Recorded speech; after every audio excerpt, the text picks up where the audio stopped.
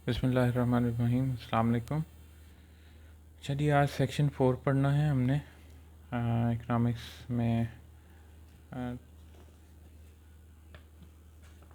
3.2 का सेक्शन 4 है। Why do the earnings of employ differ. अब डिफरेंट एम्प्लॉय की अर्निंग डिफ़र करती है, उनकी डिफरेंट बेसिस हो सकती हैं। यहाँ लिखा difference in wages between different occupations and employ, different occupations and employ in the same occupation. यानी ये बात तो समझ आती है कि डिफरेंट ऑक्यूपेशन में अर्निंग डिफरेंट होती है, लेकिन सेम ऑक्यूपेशन में एम्प्लॉयज़ की डिफरेंट वेजेस क्यों होती हैं, उसको हम वेज डिफरेंशियल बोलते हैं। ठीक है। अच्छा, इसमें नंबर ऑफ़ फैक्टर्स हैं जिन पे ये डिपेंड करती है। सबसे पहली है डिफरेंट एबिलिटीज़ एंड क्वालिफिकेशन। अब कुछ वर्कर्स जो हैं उनकी एजुकेशन डिफरेंट होती है, ट्रेनिंग डिफरेंट होती है। एक अकाउंटेंट है तो अकाउंटेंट में एक चार्टर्ड अकाउंटेंट भी होता है, एक सिंपल अकाउंटेंट भी होता है। जो चार्टर्ड अकाउंटेंट होता है उसके लिए एजुकेशन और ट्रेनिंग रिक्वायरमेंट बहुत हाई होती हैं, उसमें काफ़ी ज़्यादा टाइम लग जाता है उसका, तो इसलिए वो उसकी पे ज़्यादा होती है। और अकाउंटेंट के लिए तो सिर्फ बैचलर डिग्री भी काफ़ी है और लिटिल बिट जो एक्सपीरियंस है वो भी काफ़ी है, तो उसकी इस वजह से पे कम होती है। तो ये different abilities and qualification. Worker do not all have the same education. तमाम का सेम एजुकेशन ट्रेनिंग एबिलिटी नहीं होती। For example an accountant is the more skilled worker then a cashier. Cashier का तो काम है सिर्फ सेल हो रही है तो कैश उसने सिर्फ लेते जाना है और बाकी जो है वो अरेंजमेंट करनी है। तो if both workers were paid the same amount, अगर दोनों को सेम पे करेंगे तो very few people would be willing to undertake the many years of study necessary to become an accountant. तो बहुत सारे लोग फिर अकाउंटेंट क्यों बनना चाहेंगे, वो क्यों सारा साल ज़्यादा ईयर्स अपने ज़िंदगी के वो अकाउंटेंट बनाने में खर्च करेंगे। Because the training period is so long for some jobs. Training period बहुत ज़्यादा लंबी होती है कुछ जॉब्स की।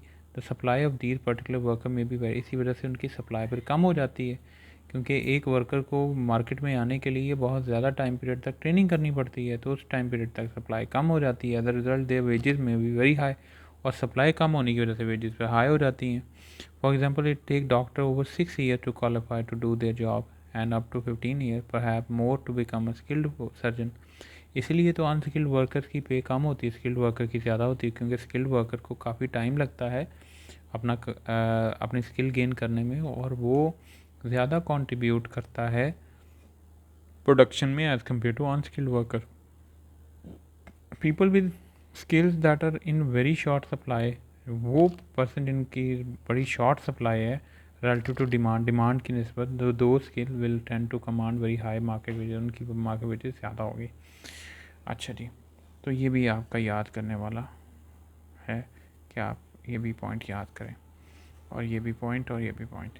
उसके बाद dirty jobs and social bar. Dirty jobs जो हैं, सम जॉब्स आर डर्टी और डेंजरस होती हैं, and so worker must be paid more in order to attract supply of labour. जिस तरह बहुत बड़ी बड़ी बिल्डिंग के शीशे साफ़ करने के लिए जो वर्कर यूज़ वो क्रेन के थ्रू या रस्से के थ्रू वो किस तरह से वो एक खास मशीनरी होती है उसकी मदद से वो करते हैं शीशे साफ़, तो डेंजरस जॉब है। डर्टी जॉब जैसे सीवरेज वगैरह की सफाई वगैरह के लिए जो जॉब्स जो वर्कर काम करते हैं वो हाईली पेड होते हैं। Some people have to work night और other unsocial hours and may be paid more to compensate for this, तो उनको ज़्यादा पे किया जाता है। These are called compensating differential. फिर है job satisfaction. The satisfaction provided by undertaking a job can compensate for relatively low wage. अगर आपको जॉब सेटिस्फैक्शन ज़्यादा हो रही है तो आपकी वेजेस कम होगी। अगर आपको सेटिस्फैक्शन नहीं है, ऐसा काम है जिससे आपको जॉब सेटिस्फैक्शन नहीं है, वो फीलिंग ऑफ इन्जॉयमेंट नहीं होती, तो उसमें पे आपको ज़्यादा मिलती है। Some occupation such as nursing are consider more worthy than others by some people and this make these occupation more attractive. तो बिकॉज ऑफ लार्ज सप्लाई, ज़्यादा सप्लाई होने की वजह से such occupation market wage rate में भी low. उसके बाद lack of information about jobs and wages. अब देखिए, लोगों को जॉब्स और वेजेस के बारे में इंफॉर्मेशन नहीं होती। अगर उन्हें वो पहले से अवेयर हों तो वो ज़्यादा पे डिमांड करें।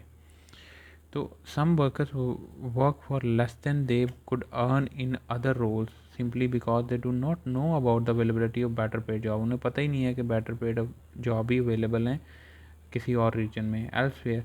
Lack of information about job availability information ना होने की वजह से, जॉब अवेलेबिलिटी की इन्फॉर्मेशन ना होने की वजह से can restrict the supply of labour, labour की सप्लाई रिस्ट्रिक्ट हो जाती है to those job and can therefore help explain some differences in earning, और इसी वजह से डिफरेंस इन अर्निंग आता है between different jobs in different area. जिस तरह टीचिंग जॉब जो है या अकाउंटेंसी जॉब यूएई में बहुत 6 से 7 हज़ार दिरहम पे करते हैं, और यहाँ पाकिस्तान में जो है वही अकाउंटेंट जो है वो 40 से 50 हज़ार रुपया अर्न करता है per month.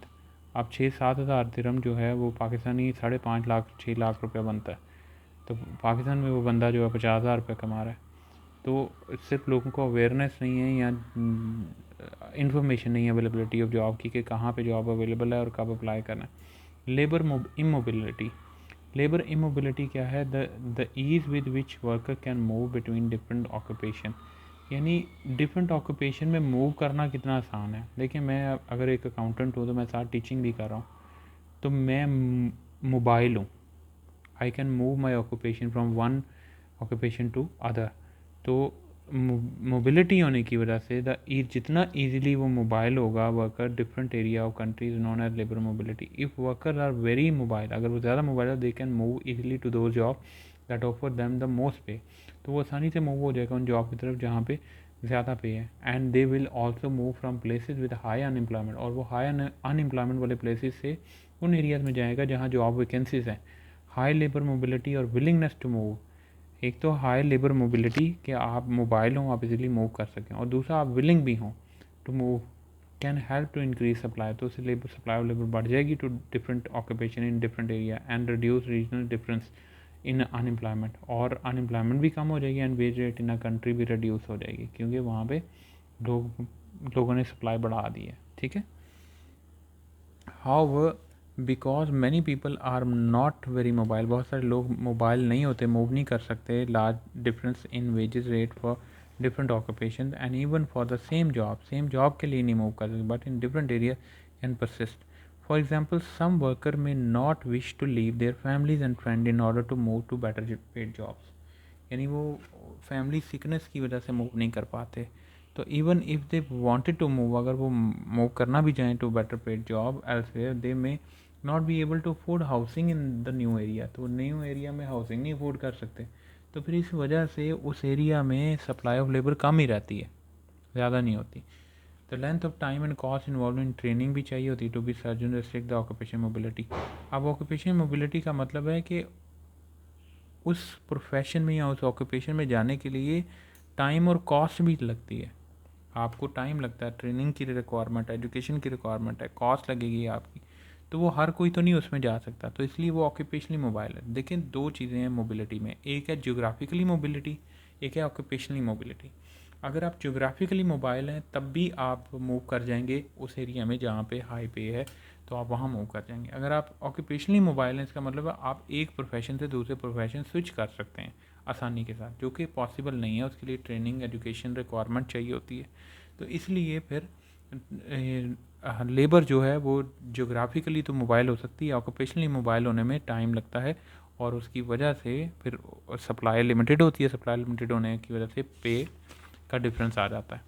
Fringe benefit, some job में offer low wages than other, कुछ सम जॉब्स में offer lower wages than others because they offer more perks instead, क्योंकि वो पर्क्स ऑफ़र कर रही हैं। पर्क्स मतलब फ्रिंज बेनिफिट दे रही हैं।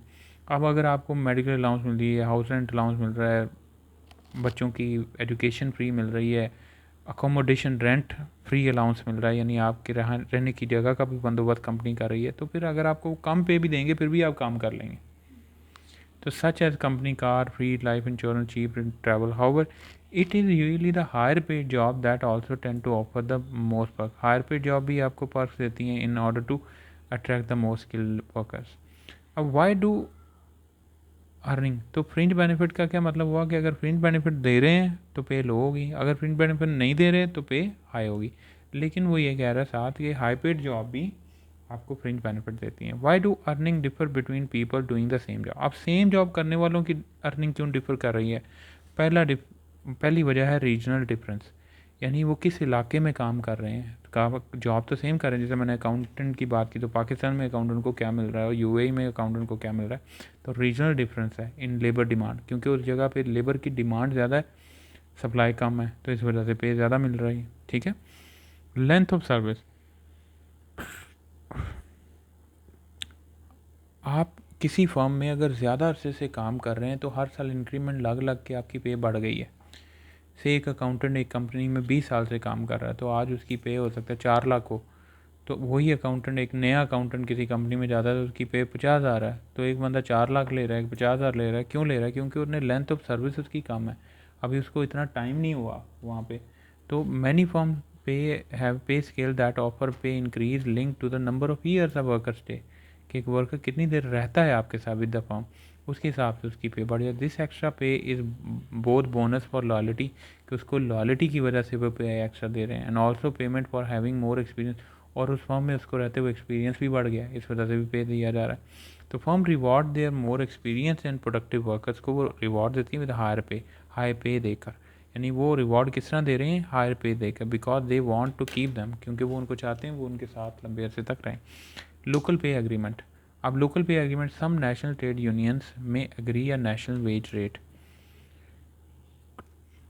कुछ नेशनल ट्रेड यूनियंस हैं। ट्रेड यूनियंस क्या होती हैं? ट्रेड यूनियंस वर्कर्स की यूनियन होती हैं जो इकट्ठे अपनी एक यूनियन बना लेते हैं और वो फिर इंडस्ट्री के साथ अपना रेट तय करते हैं अपने वर्कर्स का, कि हम इस रेट पे वर्कर्स देंगे। तो बहुत सारी national trade unions may agree a national wage rate, तो वो नेशनल वेज रेट को एग्री करते हैं। नेशनल वेज रेट होता है जो गवर्नमेंट ने सेट किया है कि मिनिमम ये वेजेस हैं जो पे करनी है आपने किसी को, अगर किसी को 8 घंटे की ड्यूटी पे रखना है तो।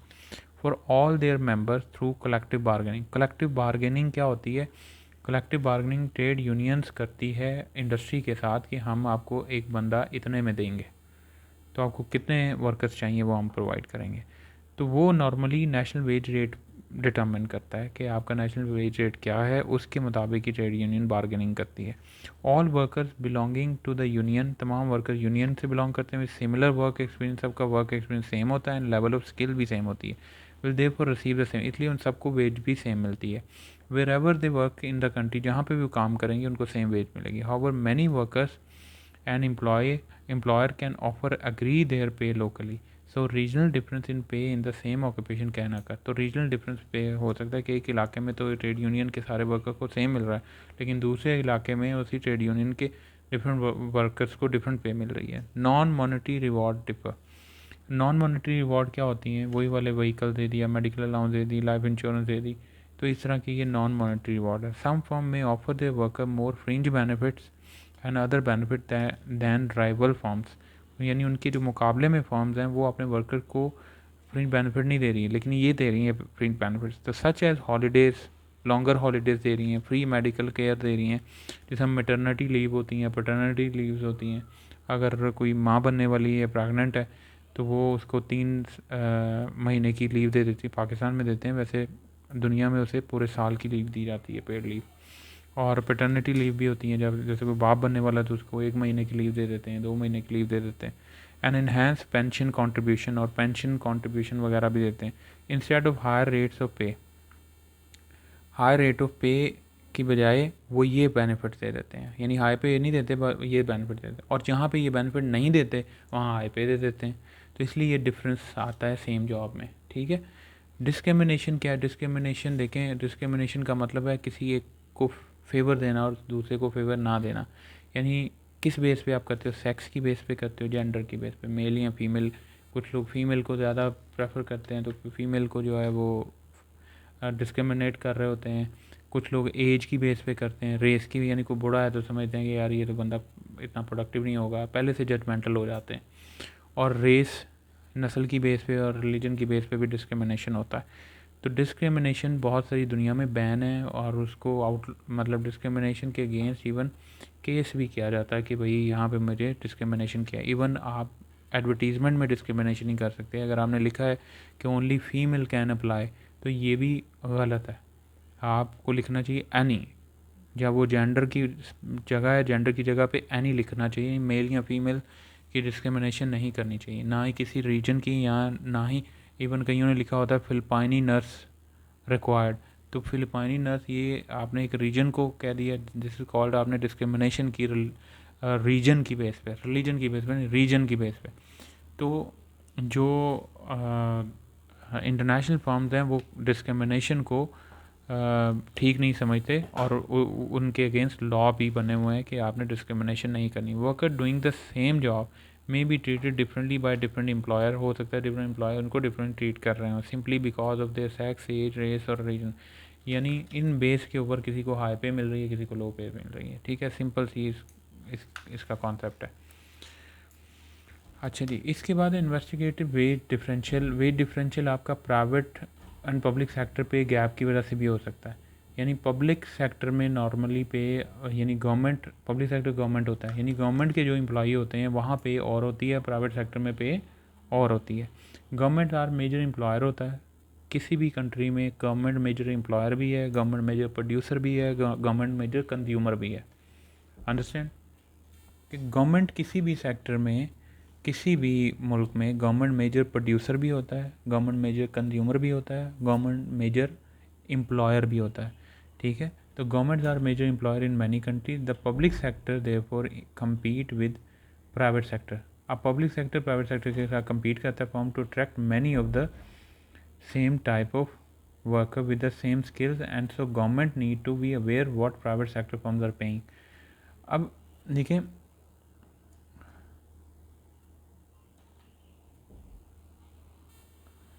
yet some people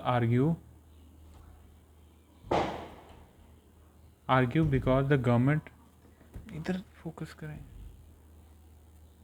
yet some people argue because the government is such a big employer, it has the power to hold down the wages of the public sector worker relative to those paid in the private sector। इसको stop करें। अच्छा, तो private public sector का जो comparison होता है वो उसकी वजह से भी कुछ एम्प्लॉई हैं सेम जॉब गवर्नमेंट सेक्टर में कर रहे हैं, उन्हें और पे किया जाता है, प्राइवेट सेक्टर में उन्हें और पे किया जाता है। Skilled and unskilled workers, skilled worker का डिफरेंस आ रही बात है, स्किल्ड वर्कर को ज़्यादा पे किया जाता है, अनस्किल्ड वर्कर्स को कम पे किया जाता है। इसी तरह इंडस्ट्रियल वेज डिफरेंशियल भी है कि एक इंडस्ट्री है उसमें से टेक्सटाइल इंडस्ट्री के अंदर आपको वहाँ पे जो अकाउंटेंट काम करता है उसको डिफरेंट पे किया जाता है, वही अकाउंटेंट अगर फूड फैक्ट्री में, फूड इंडस्ट्री में काम करता है तो उसे डिफरेंट पे किया जाता है। तो इंडस्ट्री वाइज भी वेरी करता है।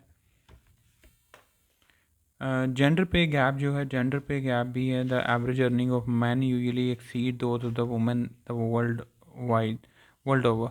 तो they are difference in the occupational distribution of men and women. More women tend to work in the occupations such as teaching, nursing and retailing than men.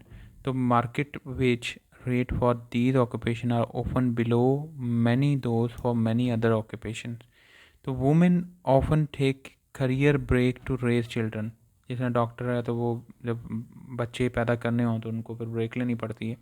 And therefore may build up lace work experience, इसलिए उनका work experience कम हो जाता है और work experience कम होने से फिर पे भी कम उनको मिलती है। More women's work part time than full time compared to man. तो इस वजह से पार्ट टाइम होने की वजह से भी पे कम मिलती है उनको। ठीक है जी, ये देखो। तो इंटरनेशनल वेज डिफरेंशियल, अब इंटरनेशनल वेज डिफरेंशियल भी है कि आपको इंटरनेशनली किसी मुल्क में ज़्यादा पे किया जाता है, किसी मुल्क में कम पे किया जाता है, क्योंकि उस मुल्क में आपका जो डिमांड फॉर लेबर है और सप्लाई फॉर लेबर है वो डिफर वेरी करती है। इस वजह से कंट्री टू कंट्री भी आपकी वेज डिफरेंशियल होता है। ठीक है जी, अपना ख्याल रखें, दुआ में याद रखें जी, इसको यहाँ तक ही रखें। अल्लाह।